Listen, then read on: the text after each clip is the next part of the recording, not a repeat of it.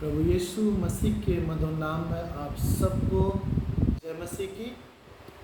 एक बार फिर परमेश्वर का धन्यवाद हो कि आशा में प्रभु के वचन से एक छोटा सा टॉपिक, एक छोटी सी बात आप सबके साथ शेयर करना चाहता हूँ, जो पाया जाता है मत्ती की इंजील उसका 6वां अध्याय उसके 14 और 15 पद।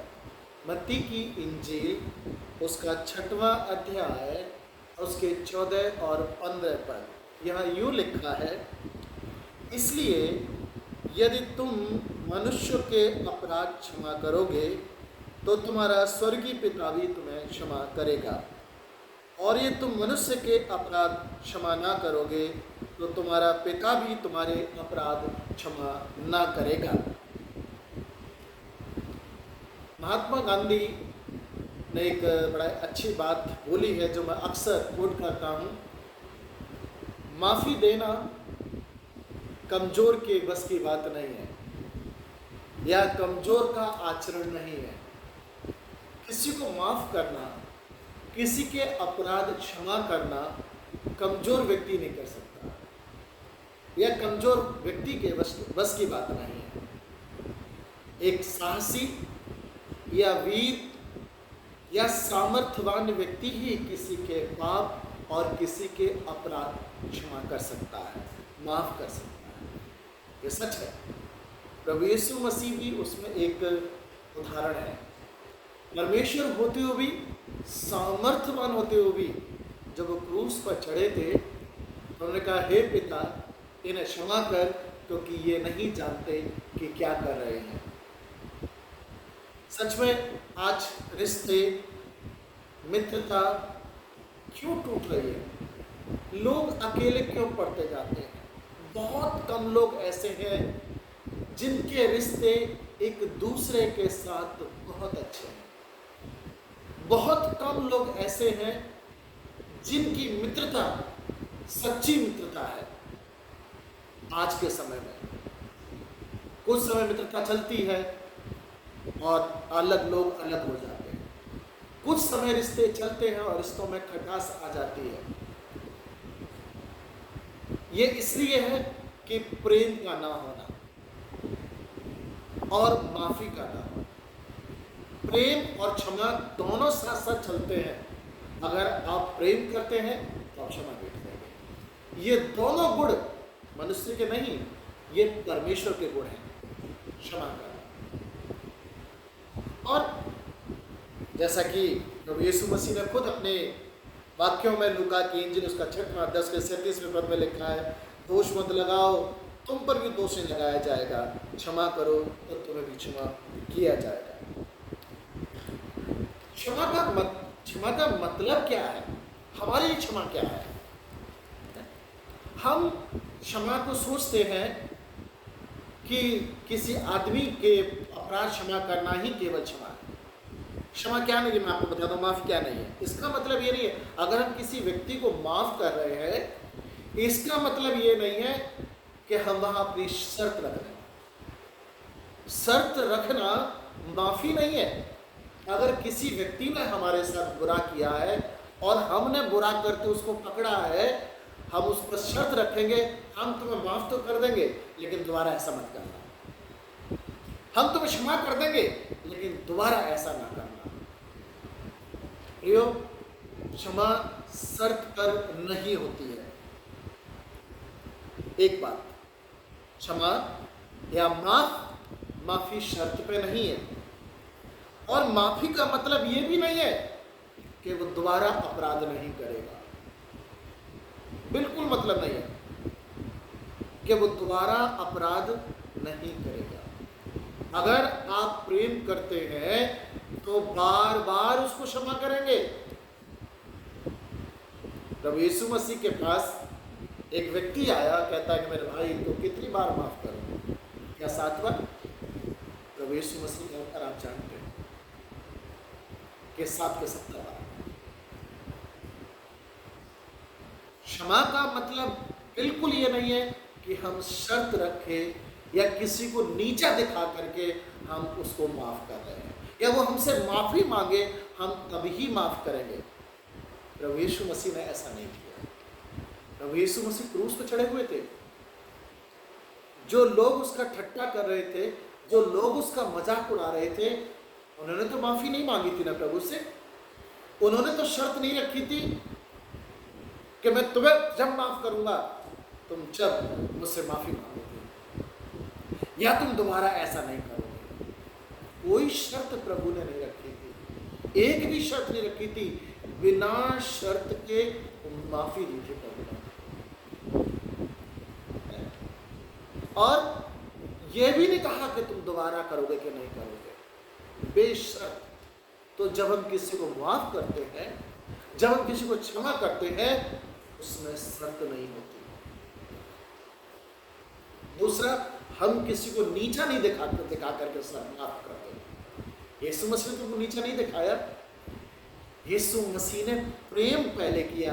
ये नहीं जानते उनके सिचुएशन को जाना कि ये पाप क्यों कर रहे हैं, ये मेरे प्रति अपराध क्यों कर रहे हैं, क्योंकि ये नहीं जानते क्या कर रहे हैं, इनोसेंट है।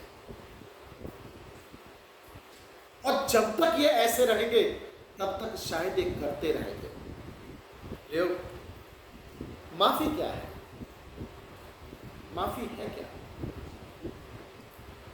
मैं कोई आपको परिभाषा नहीं बता रहा हूं, कुछ बातें मैं आपको बता रहा हूं परमेश्वर की, परमेश्वर के गुण की, कि परमेश्वर कैसे माफ करता है और परमेश्वर माफी को कैसे बताता है। देखिए, प्रेरितों के काम 3 अध्याय और उसके 19वें पद में लिखा है, इसलिए मन फिराओ और लौट आओ कि तुम्हारे पाप मिटाए जाएं। क्या किया जाए? मिटाए जाएं। अपराध मिटाने की बात कर रहा है परमेश्वर। परमेश्वर का वचन ये कह रहा है मिटाए जाए। ये क्षमा का मतलब है जिसने मेरे प्रति अपराध किया है, मैं उसके पाप को मिटा दूं, मेरी मेमोरी में ना रहे, हटा दूं मैं उसको बिल्कुल से, मुझे वो दिखाई ना दे। परमेश्वर की माफी बिल्कुल ऐसी है। जब वो कहता है मेरे पास आ जाओ, लौट आओ, ताकि तुम्हारे पाप मिटाए जाए। क्षमा पापों का मिटाना है। क्षमा पापों का मिटाना है, अपराध का मिटाना है। इब्रानियों की पत्री उसका 8वां अध्याय उसके 12वें पद में लिखा है, क्योंकि मैं उनके अधर्मों के विषय दयावंत हूँगा और उनके पापों को फिर स्मरण ना करूँगा। यानी कि अपराध को फिर स्मरण ना करना। हम क्या करते हैं? अगर मैंने किसी को माफ़ी दी है तो हम 17 जगह कहते हैं मैंने उसको एक बार माफ़ कर दिया है, अब मैं दोबारा माफ़ नहीं करूँगा। उसने ये अपराध किया, मेरे साथ उसने ऐसा किया, मैंने इस बार माफ़ कर दिया, अगली बार माफ़ नहीं करूँगा। अगर परमेश्वर मेरे साथ ऐसा करे तो? परमेश्वर का वचन कहता है माफ़ी का मतलब है पाप का मिटाना। माफ़ी का मतलब है पाप को दोबारा से स्मरण ना करना। और माफी का मतलब क्या है? माफी का मतलब क्या है? रिश्तों को पुनः स्थापित करना।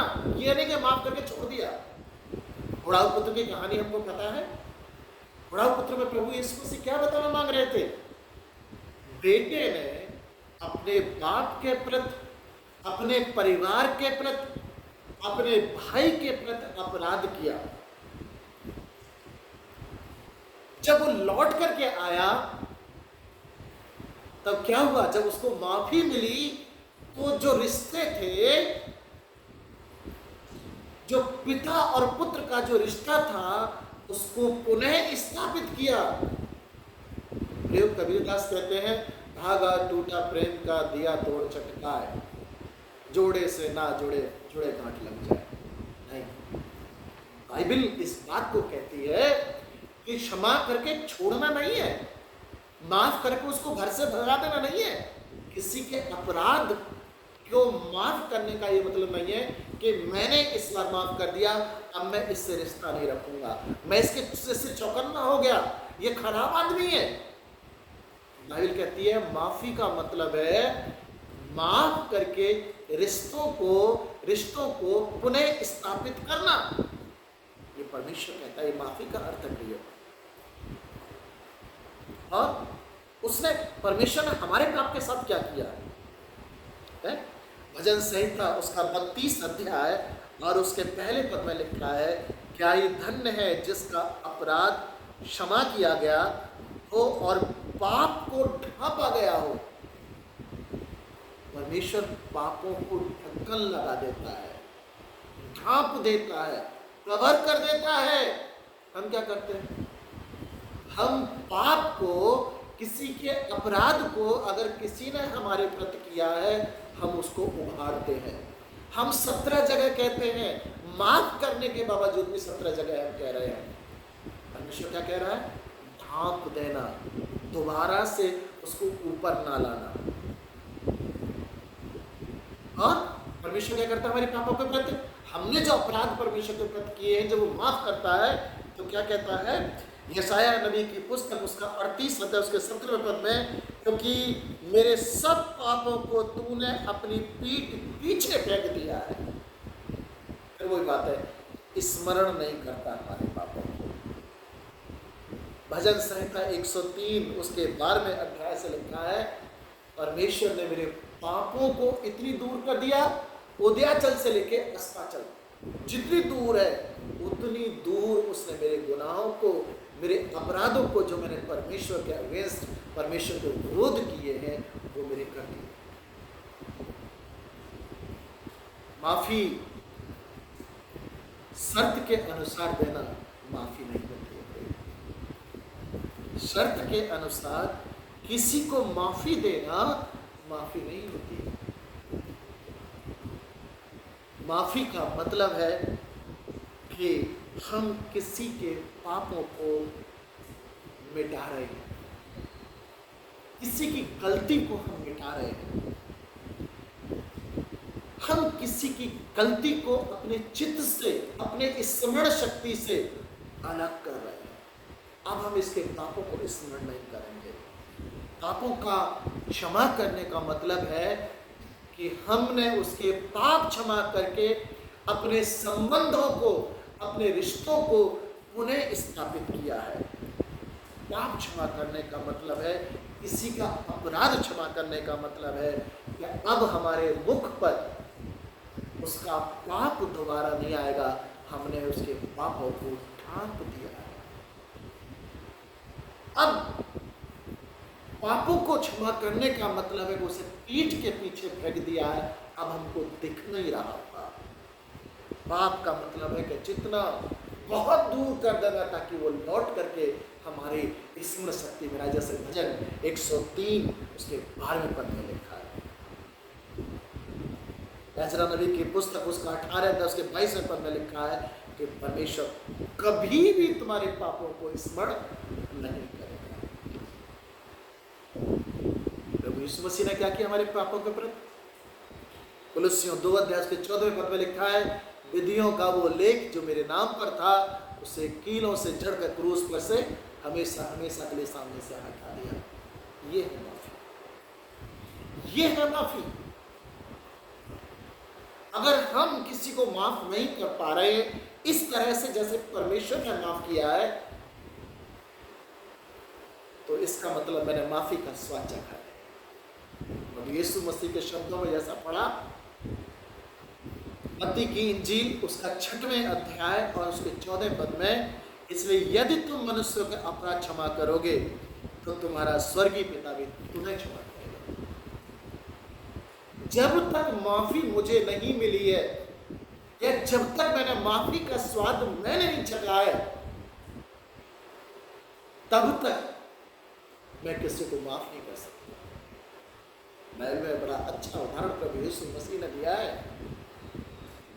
लिखा हुआ है कि एक कर्जदार, एक राजा का कर्ज, एक स्वामी का कर्ज किसी अपने कर्जदार पर था। उसको बुलाया गया, तूने कर्ज मेरा क्यों नहीं दिया? वो गिड़ने लगा, जा माफ कर दिया। जैसे वो बाहर गया, उसने अपने कर्जदार को पकड़ लिया, उसको घसीटा, गलेबान पकड़ लिया, गला दबाने लगा, कि आज मुझे स्वामी ने बुलाया, राजा ने बुलाया, तेरी वजह से मैं अपना कर्जा नहीं दे पाया। जब राजा को पता चला कि उसने दूसरे के साथ ऐसा किया है तो उसने कहा उसे दोबारा बुलाओ और काल कोठी में डाल दो। उसको जो क्षमा मिली थी उसने उस क्षमा का इस्तेमाल, उस माफी का इस्तेमाल दूसरे पर नहीं किया। जो मुझे क्षमा, जो मुझे माफी परमेश्वर से मिली है, अगर उस माफी को मैंने किसी और पर इस्तेमाल नहीं किया तो मैं क्षमा का पात्र नहीं बन सकता। परमेश्वर का वचन कहता है कि तुम मनुष्यों के अपराध क्षमा करोगे तो तुम्हारे भी क्षमा किए जाएंगे। अगर तुम मनुष्यों के अपराध क्षमा ना करोगे तो तुम्हारा स्वर्गीय पिता भी तुम्हारे अपराध क्षमा ना करेगा। प्रियो, क्षमा का अनुभव मैं कैसे क्षमा करूं किसी को? क्योंकि मुझे क्षमा मिली है, मुझे माफी मिली है। जब मुझे माफी मिली है तो मेरा कर्तव्य है कि मैं किसी को माफ करूं, परमेश्वर के वे में, परमेश्वर की धारणा में होकर के, अपनी शर्त पर नहीं।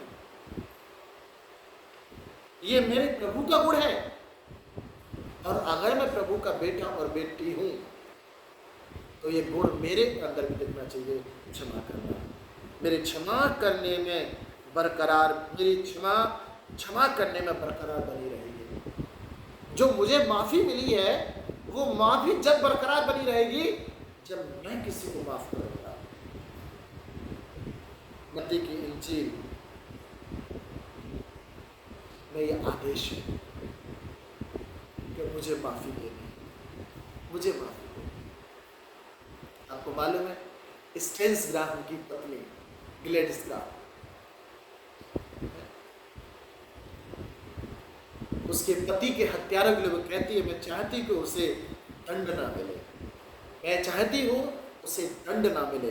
अपने पति, अपने बेटों के हत्यारे के लिए कहती है मैं चाहती कि उसे दंड ना मिले, वरन वो पश्चाताप करे और जीवन पाए, वरन वो पश्चाताप करे और जीवन पाए।